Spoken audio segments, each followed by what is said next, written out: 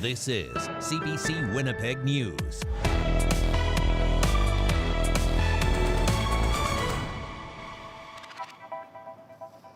Good evening. Thanks for joining us. They are some of our province's most vulnerable people, but is enough being done to ensure the safety of our seniors?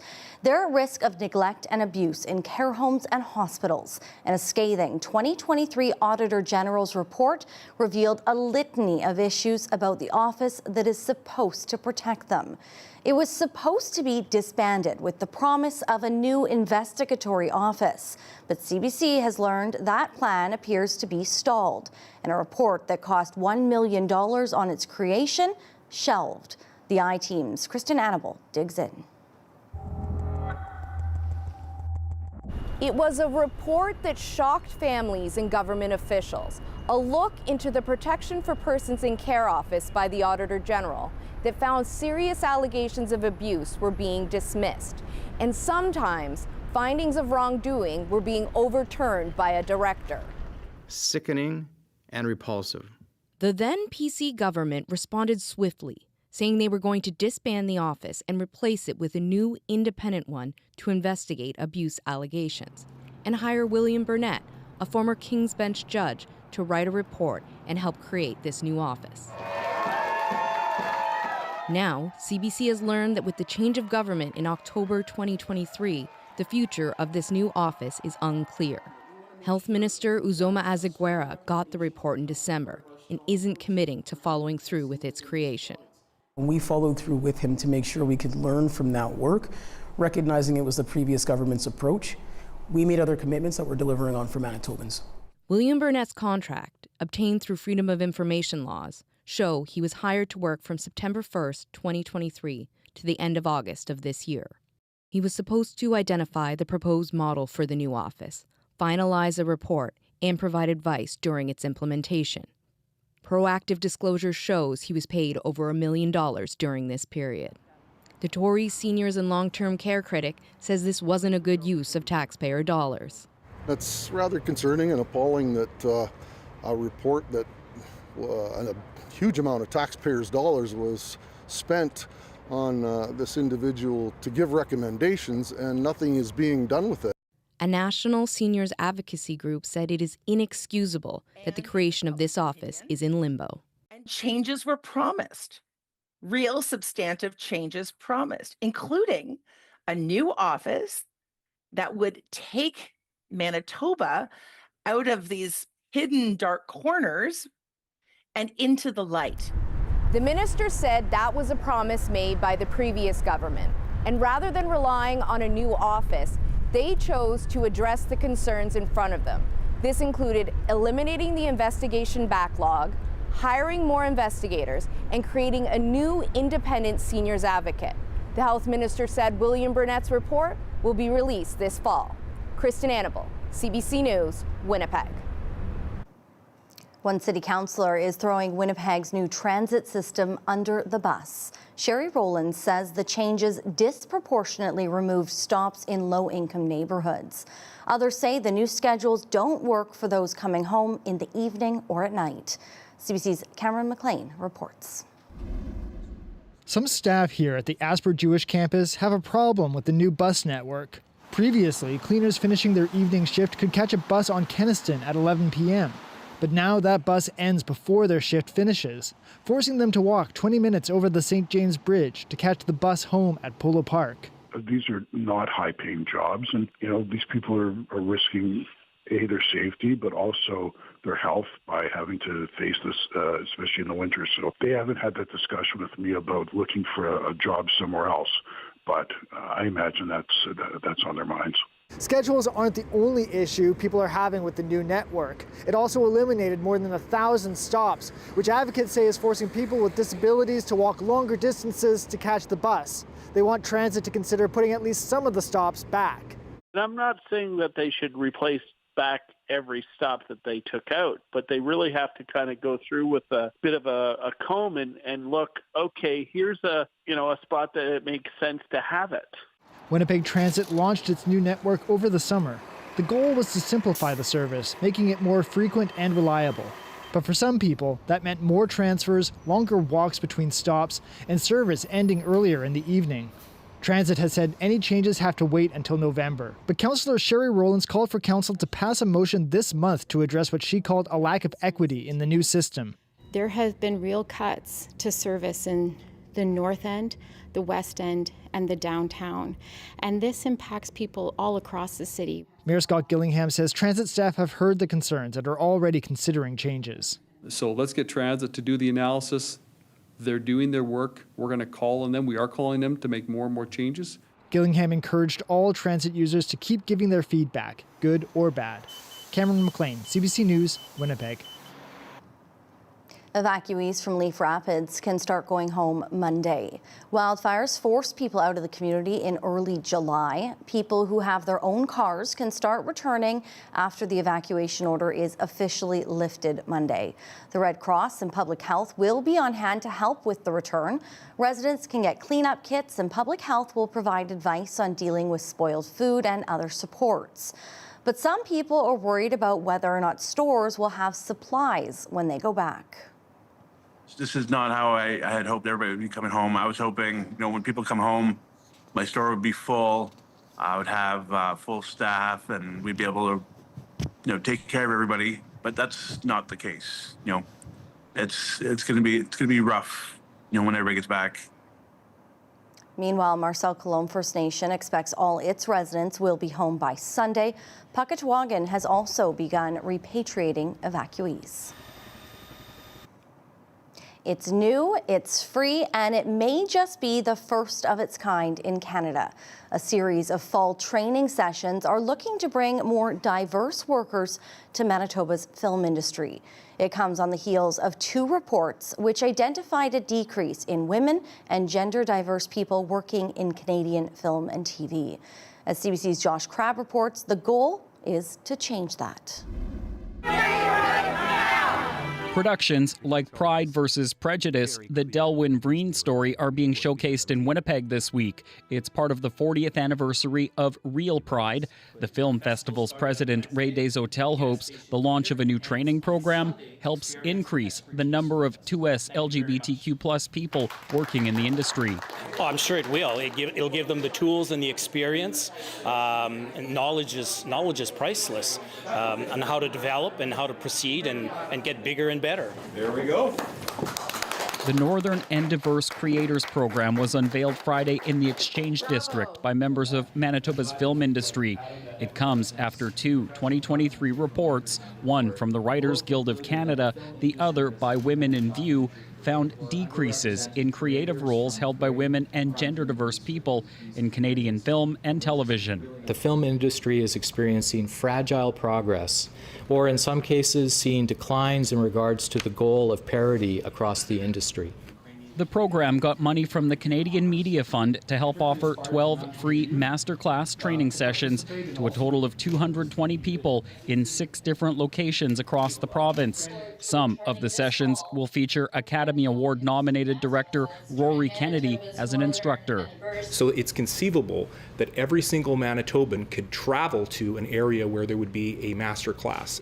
No previous experience is required to attend. The sessions are slated to take place in late September to October this year in Winnipeg, Brandon, Churchill, Cranberry Portage, The Paw, and Flin Flon. Filmmaker Riel Monroe grew up in northern Manitoba and says being introduced to film at an early age helped him get into the industry. I think storytelling in the north is vital to Canada. These stories have always been kind of suppressed, or a lot of red tape and things like that. He hopes this program helps people navigate the film and documentary industries to get their stories on the screen. You can register at filmtraining.mb.ca.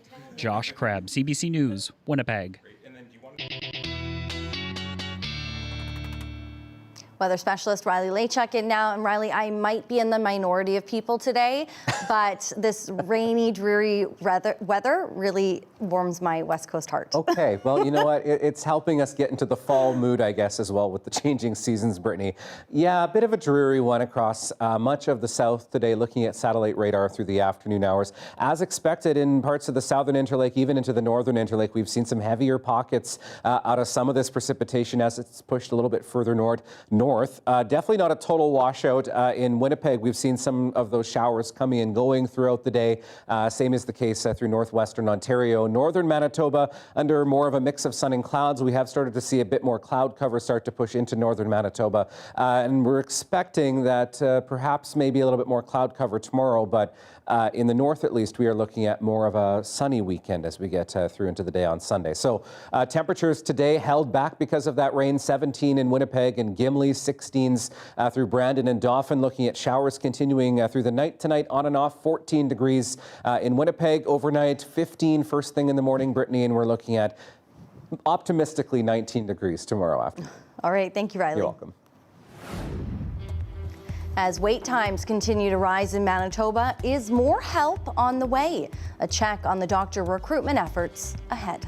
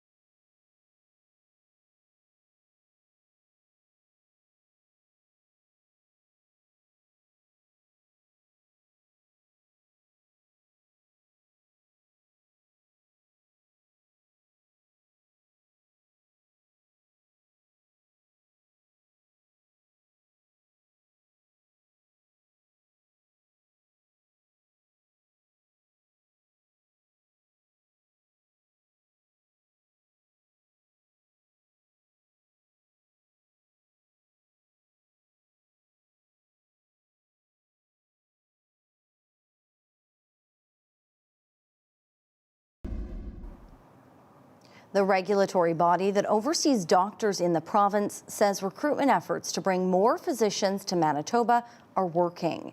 In what could be a record-breaking number, the College of Physicians and Surgeons of Manitoba says dozens of new doctors have registered to practice here. As the CBC's Alana Cole reports, it's being seen as a big win. More doctors seeing Manitoba patients. The College of Physicians and Surgeons annual report shows on April 30th this year, there was a net gain of 164 physicians from the year before. Their data shows that's the biggest increase in at least 2 decades. It's welcome news to Doctors Manitoba President, Dr. Nichelle Desilets. My initial reaction is excitement and gratitude and a sense of optimism that there, for all the difficulties in the healthcare system right now, that we're doing something that's making a difference. The report shows 3,498 physicians working in the province at the end of April. Of the 302 newly registered physicians, 70 obtained their medical degree in Manitoba. Desilets says priorities can play a role in where doctors practice, but that number has been higher in previous years. The question I have is, those folks have trained here. They've seen the ins and outs of the system. Why aren't they staying with that knowledge that they have? Is there something impacting their desire to stay based on their previous experiences in the medical system? So I think that deserves a little bit more digging into. Premier Wab Kinew says his party was elected on a promise to fix healthcare. Getting more doctors working is part of it. A lot more work to do in healthcare. A lot more work at Seven Oaks, New Victoria Emergency Room. But the first thing that we got to do before any of these new facilities open, we got to have the staff. Today you're seeing proof that the plan is moving ahead to fix healthcare. The college says the increase in doctors is likely due to a number of factors. That includes recruitment efforts, increasing the number of medical school and residency seats, and upping the number of people enrolled in Manitoba's medical licensure program for international medical graduates. Alana Cole, CBC News, Winnipeg. Demolition of a community pool in St. Boniface is now underway. The city has started tearing down Happy Land Pool. It's one of 3 slated to be replaced or commissioned by the city. It comes after the community has been fighting for years to try to save it. The city says it's looking to modernize its aquatic facilities and says many were at the end of their lifespans, didn't have great attendance, and had issues attracting lifeguards.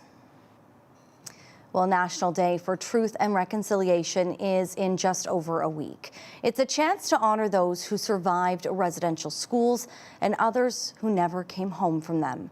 But today in Steinbach, it was about more than just a day to remember, but a chance to reflect, learn, and understand the impacts ahead of it. CBC's Gavin Axelrod has more. Step by step, they walked together for those who survived and for the many who never made it home from residential schools. The power of our elders being able to have that courage to stand up and talk about what happened to them, because my grandmother was in the residential school as well, so I understand and feel how hard it is to be able just to talk about that. Russell Mason helped to organize this day in Steinbach, one he says has been years in the making. A chance to learn about the grim legacy of residential schools and to celebrate Indigenous culture and resilience. As people in southeastern Manitoba, we want to show the province that, yes, reconciliation is important. And I think this community just proved that it is important. For more than a century, Indigenous children in Canada were forced to attend schools aimed at stripping away their culture and language, and many suffered abuse there. Today marked that grim reality while celebrating that culture that for years, people were forced to try to forget. We wanted this culture to come back, and it's like, it was very, I don't want to say a proud moment, but it was empowering, yeah. And it was, I don't know, I was very excited.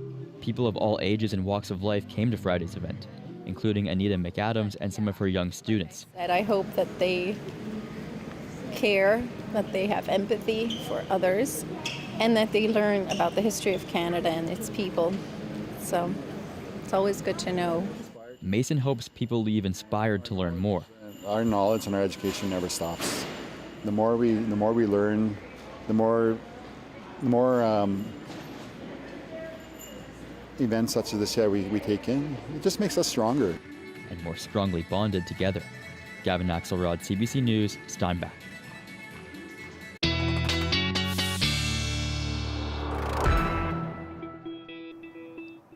Riley's back in now, and it certainly feels like a fall day. It does. I am trying to get one more wear out of my summer clothes here, but I think it is going to be away and time for those sweaters pretty soon, if not already. Sign of the changing seasons is how many fall suppers are happening. I called myself out to our team just the other day, saying I've never actually been to one in Manitoba, so I need to know where the best is. I go for the pierogies. Okay. No.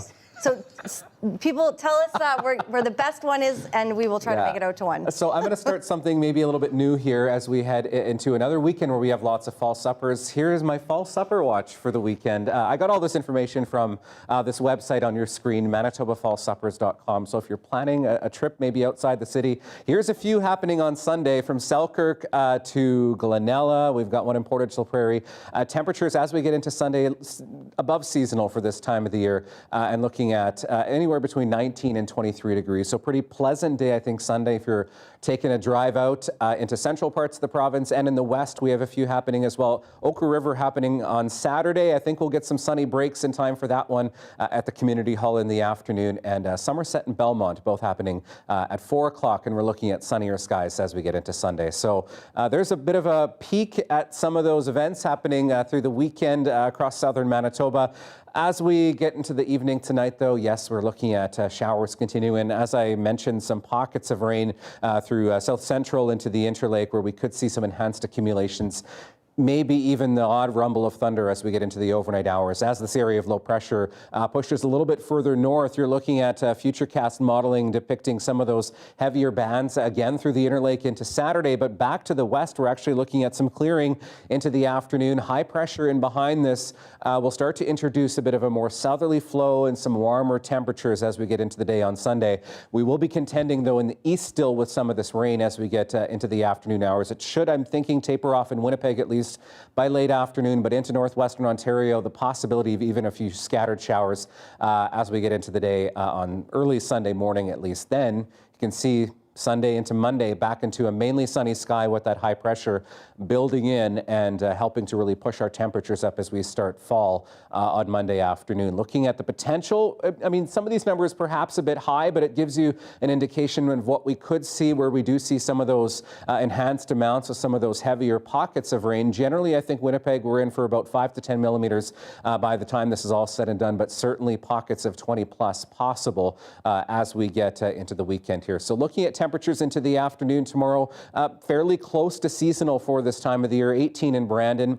Dauphin looking at a 19 tomorrow afternoon where we do see some of those sunnier skies. Temperatures into the 20s into northwestern Manitoba. Perhaps I'm a bit optimistic with 19 in Winnipeg. It will depend on when we see that rain tapering off as we head into the afternoon hours.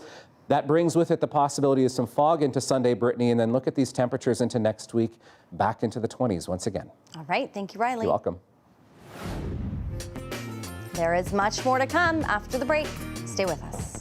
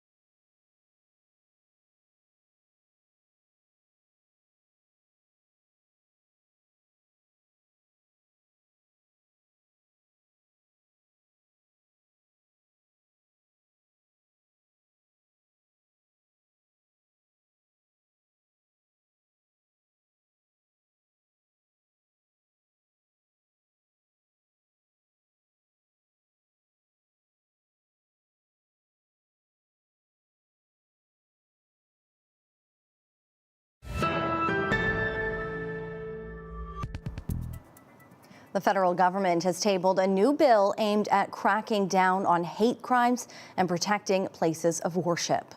The legislation would create 4 new hate-related criminal offenses, including one that would make it a crime to intentionally promote hatred against identifiable groups.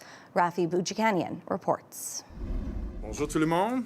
Canada's Justice Minister says it's time to crack down on hate crimes. This behavior is not just morally culpable.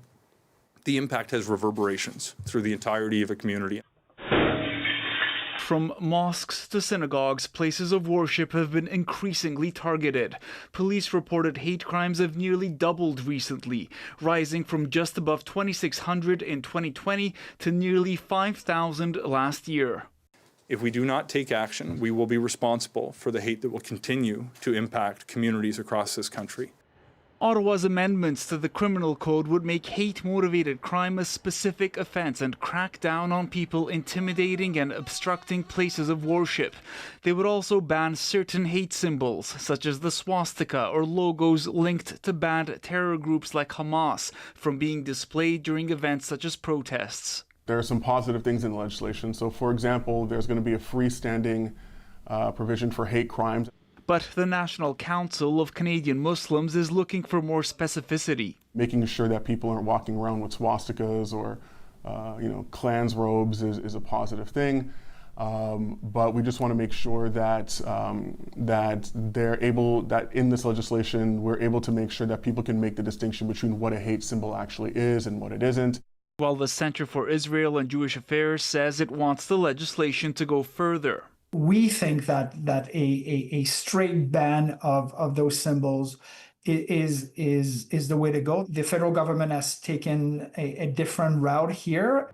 A debate that will no doubt be picked up once the bill is discussed in Parliament, where no government has had an easy time legislating the limits of freedom of speech before.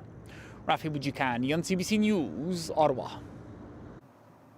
The Prime Minister has wrapped up his trip to Mexico. A new economic and security agreement was announced between the two countries. Now the attention turns to trade with the United States. Evan Dyer has more. Well, we learned a little bit of news this morning in Mexico City.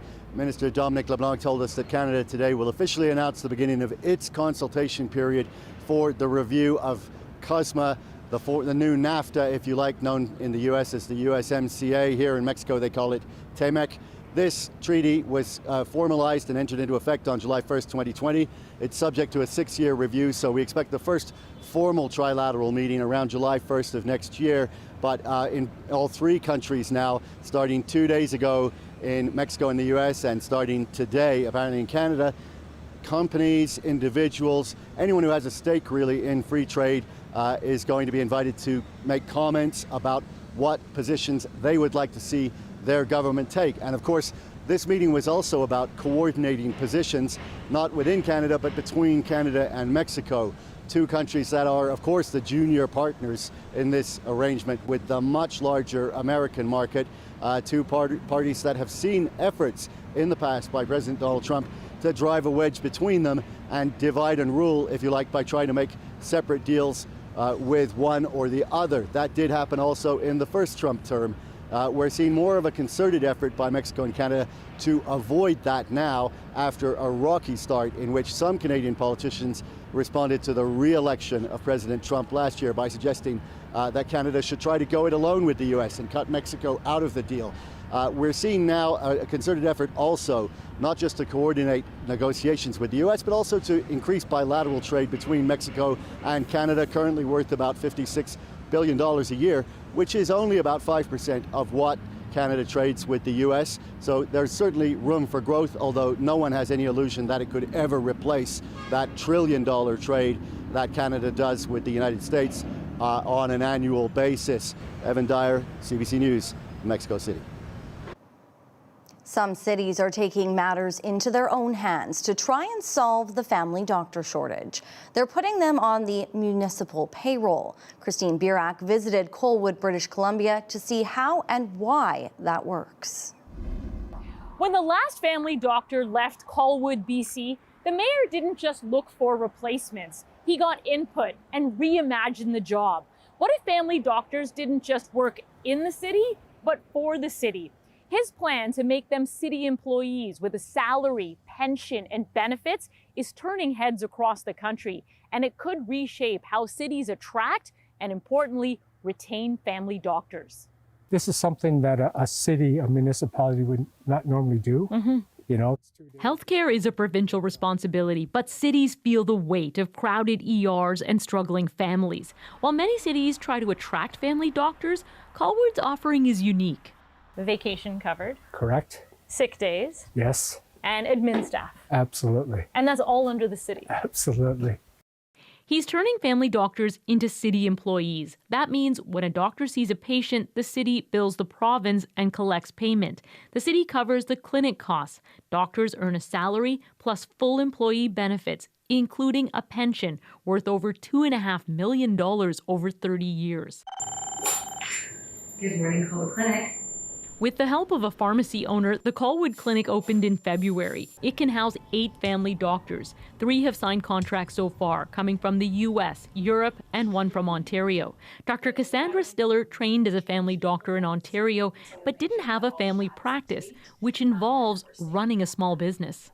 With this model, it's all taken care of. Basically, show up to work, your patients are ready to see you. Patients like Sheila Eldridge couldn't be more grateful. It was a very emotional experience for me to finally get the relief of having that physician to look after us. I think Colwood nailed it. In Orillia, Ontario, about 1 in 3 don't have a doctor. The city has space to open its own clinic, but not the money to pay upfront costs. We haven't given up on that idea, and we're still looking for alternatives in terms of how to get there. This health policy expert says not every city can afford to build a clinic. It's the province's job to provide people care based on need, not wealth. It's important for any community to have family doctors. I think the question is whether it's city's job to find them. Colwood's mayor feels like he has no choice. He hopes to connect 10,000 residents with family doctors within 5 years. Christine Birak, CBC News, Colwood, British Columbia. Late-night TV hosts are banding together to support Jimmy Kimmel. ABC suspended Kimmel's show after he commented on the mega reaction to the killing of conservative activist Charlie Kirk. As Eli Glasner explains, the worry now is that networks will fold even more to pressure from the Trump administration. After ABC suspended Kimmel's show, comedians are ringing the alarm bell. This is what authoritarianism looks like. Look, if they can come for Kimmel, they can come for anybody. It's more than just a notable moment, it's a scary moment. Bill Carter writes about late-night television and has followed the Next Star Media Group, which operates dozens of ABC affiliate stations, and was the first to announce it was preempting Kimmel. Who are they? Why are they important? Well, they're a big station group which had reached the maximum allowed by law. To keep growing, Carter says they need Washington to change the law. So they have a gigantic vested interest in making the Trump administration happy. Nexstar was followed by Sinclair, another major owner of many affiliates, who announced they would not air Kimmel. That put pressure on Disney-owned ABC itself, all responding to the FCC's threat and the power Washington wields. So they're all struggling with that. And then there are a few big companies, and I would say each and every one of those big companies has some vulnerability to being hobbled by this administration. Led by a president who just days ago threatened an ABC reporter asking about the Department of Justice's push to go after hate speech. We'll probably go after people like you because you treat me so unfairly. It's hate. You have a lot of hate in your heart. Maybe they'll come after ABC. ABC is just one of Trump's targets. CBS paid $16 million to settle a lawsuit with Trump over how 60 Minutes edited an interview with Kamala Harris. Before we start the show, I want to Then there's Stephen Colbert. In July, CBS decided to end the most popular show in late night, hosted by the vocal Trump critic. I hear Jimmy Kimmel is next. Nope, no, absolutely not Kimmel. I am the martyr. 1 week after the announcement, Washington approved the merger of CBS owner Paramount with Skydance. With a new $15 billion lawsuit launched at the New York Times, the cuts to funding hurting NPR and PBS, and the president already taking aim at other late-night hosts sharing on social media, that leaves Jimmy and Seth. Do it, NBC. Hollywood watchers say the threat of more action is already having a chilling effect. So there's a feeling of dread. There's a feeling that the media companies are just bending the knee one after the other. And where does this stop? Eli Glasner, CBC News, Toronto. An elderly British couple has been freed by the Taliban after being detained for more than 7 months in Afghanistan. This is the moment Peter and Barbie Reynolds were reunited with their family in Doha. Mediators from Qatar secured the couple's release after months of lobbying by their family in the UK.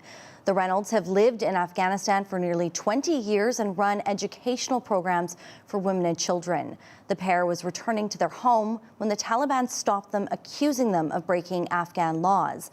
But it's unclear how.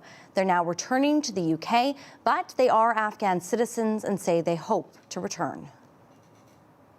The towers of Notre Dame Cathedral in Paris are reopening to the public this weekend, nearly 6.5 years after a devastating fire.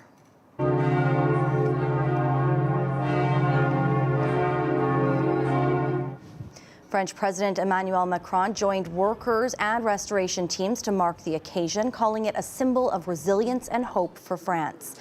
The reconstruction project required the expertise of more than 1,000 workers.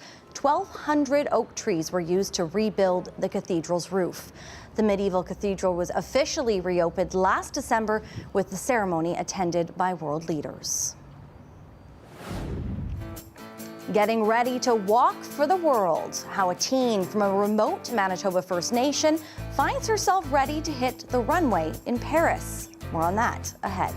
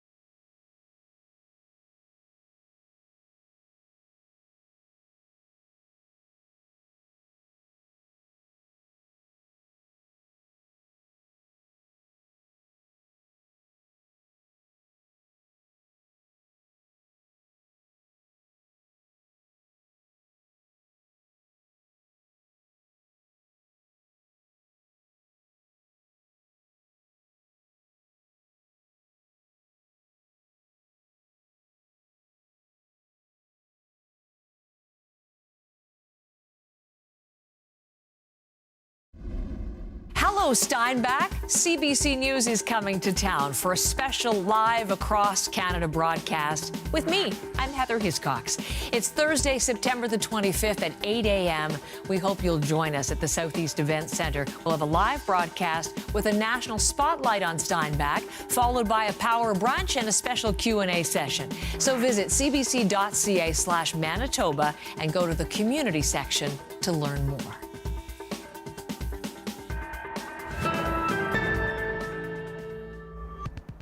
Grandmothers, youth and community members gathered in Brandon today for the city's annual walk to end sexual exploitation and trafficking.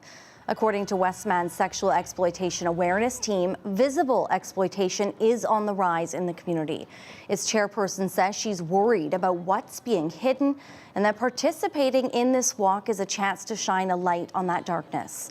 Organizers say it has become an intergenerational effort, with youth bringing new energy to the walk in Princess Park. This year we saw a lot of new faces, especially in some of our younger generation. It was really nice to have them join the walk, sing the songs, and bring a lot of heart to our march this year. Our young people and the generation before them, that's what gives me hope. The mayor and the police showing up to events like this in uniform doesn't change anything for me. Their goal is to protect children from exploitation through sexting, online coercion, or other risks. From a small, remote Manitoba First Nation to the city that never sleeps, a 13-year-old from Cross Lake First Nation has been taking big steps in the fashion world. Now she's heading to the City of Lights, and for the first time will be walking a designer runway in front of the world during Paris Fashion Week.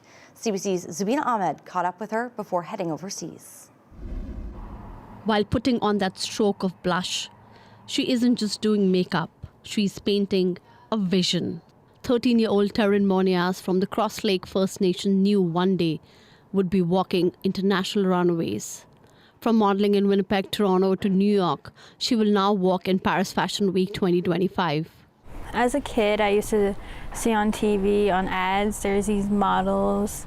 There's like people modeling clothes, accessories, and that made me feel like I could do it. Her modeling journey began at 11 when she got her break at the Winnipeg Kids Fashion Week.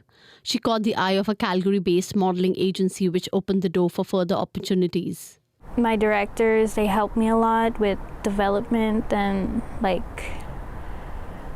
I used to be shy and not talk to anybody before, but they helped me with that. Despite living in a remote northern community, Monias travels frequently for runway shows and auditions and says every step is worth it. I've been to New York about twice, so it's so different from the movies. I thought it would be so calm, but it's so crazy and loud, and it's so much lights. Her mother, Carol, says she has done everything she can, from fundraising to finding sponsorships to get Terry to Paris. When she got into the show, she asked me, she just looked at me and she said, "Mom, are you ready to travel the world?" And then I said, yes, of course. Between gigs, Monias is a grade 8 student. She knows she will eventually have to leave Cross Lake and dreams of building a modeling career in New York. Maybe I'll go to more places in the world. Yeah, I really want to travel the world. That's been my dream as a little girl. Zubina Ahmed, CBC News, Winnipeg.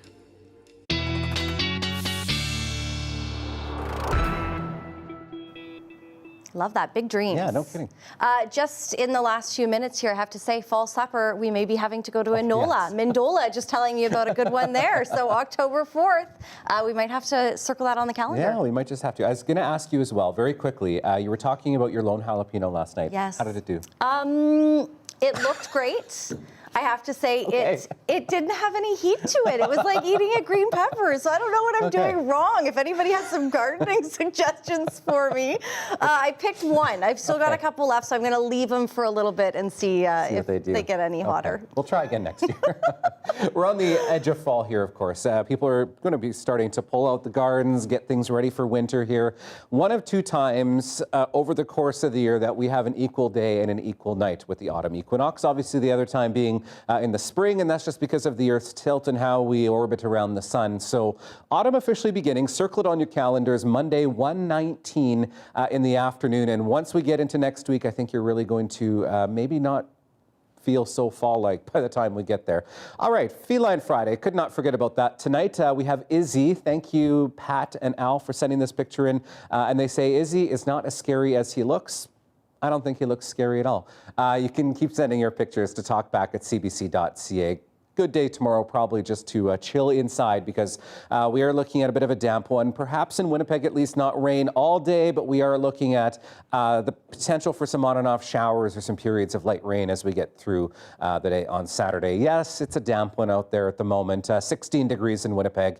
A light easterly wind. Pressure is falling at the moment. Humidity at 94%. So pretty humid out there at the moment. Across the province, 17s in Swan River and the Pas.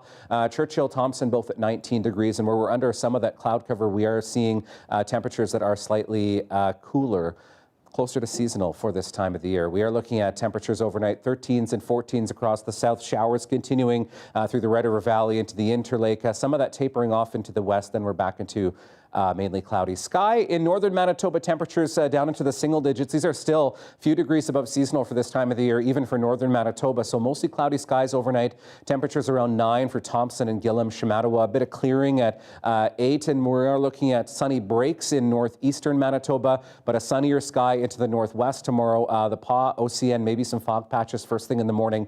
Then we're into a mix of sun and clouds, and temperatures around 20, 21 degrees for most of the region throughout the day tomorrow. In the south, we see those showers continuing into the Interlake, periods of light rain for some as we get through the day, and even some clearing back to the west into the western part of the province. 22 in Swan River, 20 in Dauphin, and temperatures, look at these, Brittany, rebounding into Sunday. 26 in Swan River, and still some showers into northwestern Ontario. Hey, thank you, Riley. You're welcome. Well, you might be surprised to hear that Manitoba has a commercial vineyard.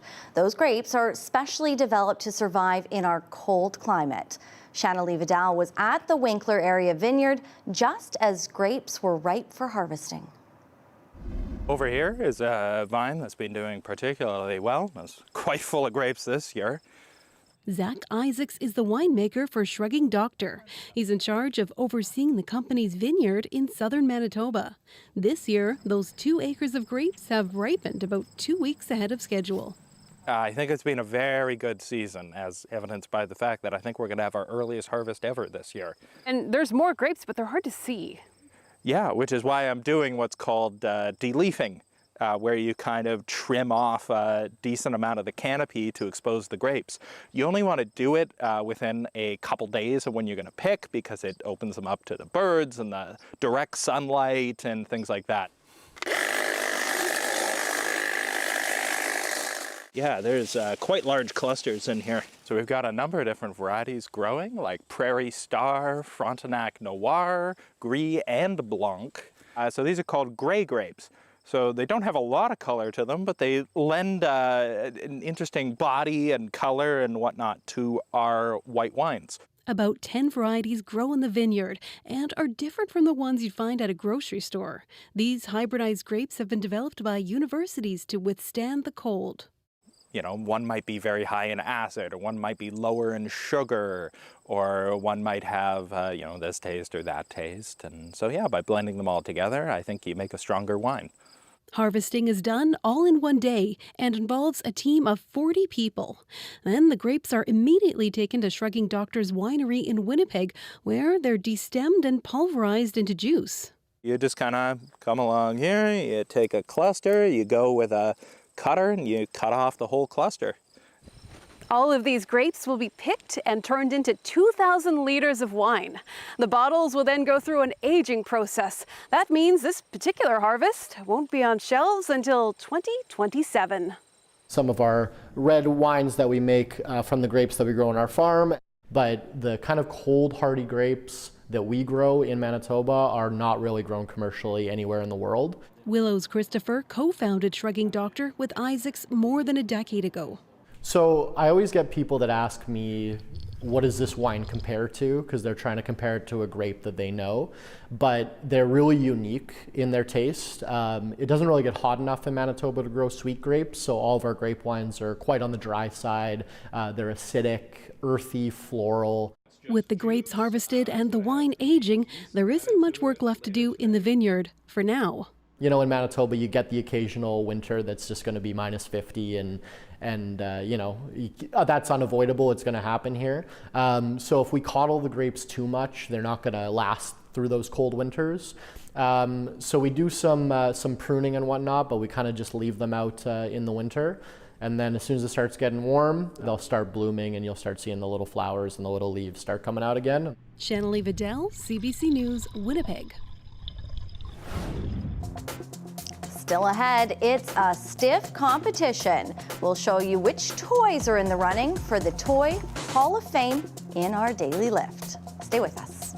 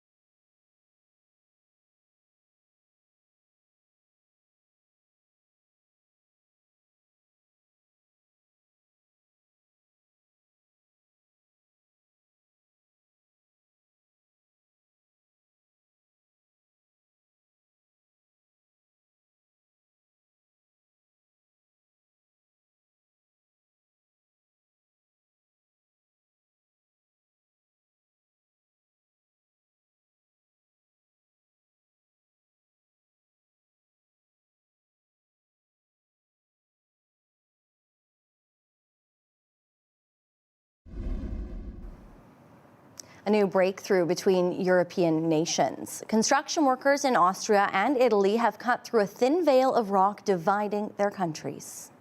Noch brauchen, bis sie durch sind. E hanno abbattuto, un grande applauso. The underground tunnel will eventually become a high-speed rail line linking the north and south of Europe. The Brenner Base Tunnel is billed as the world's longest underground rail connection. It's the centerpiece of a drive by the European Union to shift freight off the roads and onto rail. The goal, to cut pollution and boost cross-border trade.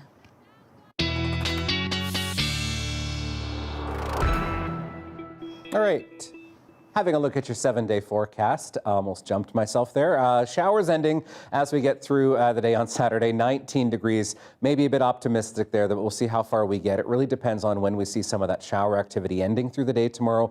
Then watch for some fog pretty generally across southern and southeastern Manitoba as we get overnight into Sunday morning. Then we'll get some clearing in behind that into the afternoon, so some sunny breaks by late day. We start fall Monday afternoon, 22 degrees under a mix of sun and clouds, and then we enter a very dry stretch of weather right through the end of next week, and we're looking at 25 even by the time we get to Thursday. All right, some weather picks for you. Cindy sent this chipping sparrow in from Winnipeg against the fall colors. Here's some fall colors from above by Tyler, and I've got one more for you. This is the sunrise over Winnipeg earlier this week. You can send your pics to Talkback, especially if they're fall colors, to talkback@cbc.ca. 12 iconic toys are in competition right now for a place in the National Toy Hall of Fame. It's a very stiff competition, and one Canadian game stands out. Here's your Daily Lift.